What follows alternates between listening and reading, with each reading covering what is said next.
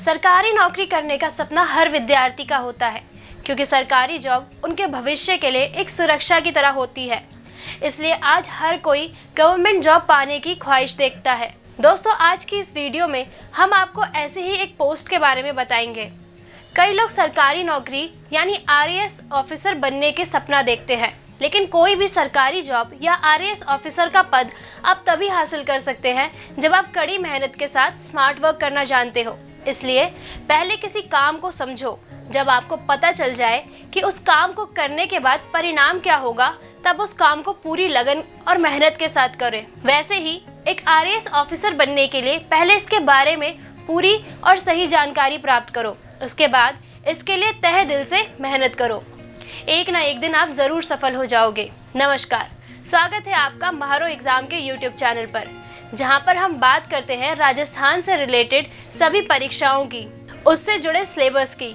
साथ ही हम आपको मोटिवेट करने के लिए लेकर आते हैं कुछ सक्सेस स्टोरीज, जिन्होंने कड़ी मेहनत कर कुछ कमाल कर दिखाया, जिन्हें देखकर आपको भी कॉन्फिडेंस मिलता है कि मुश्किल चाहे कितनी भी क्यों ना हो, कड़ी मेहनत करके कोई भी सक्सेस हासिल कर सकता है।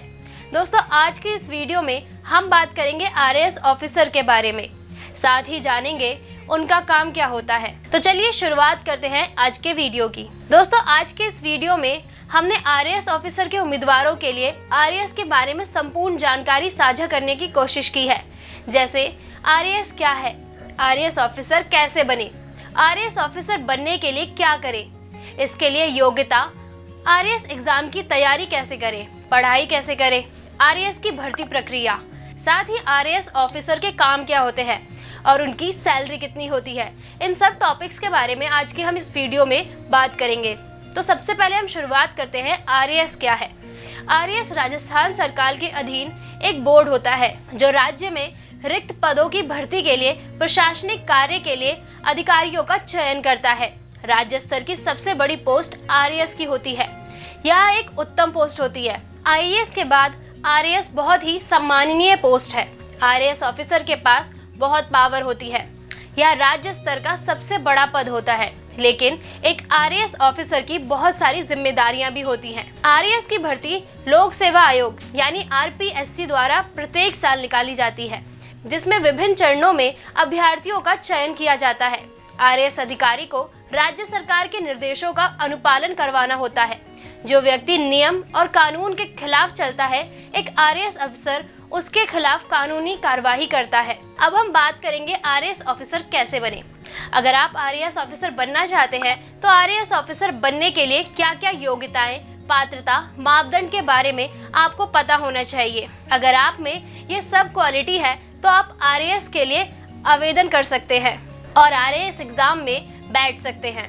आरएएस के लिए योग्यता, सबसे पहले आरएएस उम्मीदवार किसी भी मान्यता प्राप्त यूनिवर्सिटी से ग्रेजुएशन पास होना चाहिए। आपके पास एक डिग्री कोर्स होना चाहिए।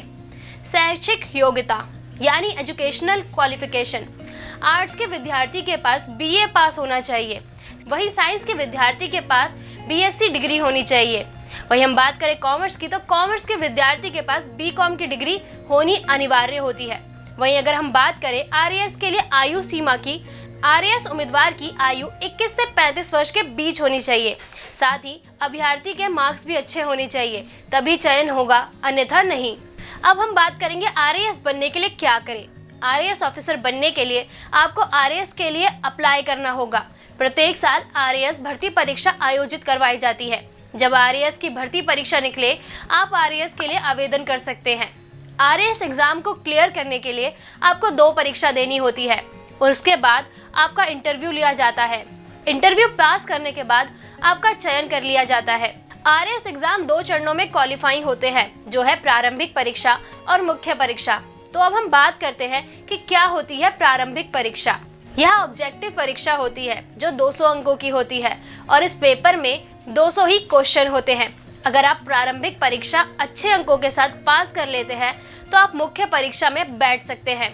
जो आरएएस उम्मीदवार पहले एग्जाम में फेल हो जाते हैं, वह मेंस में नहीं शामिल हो पाते।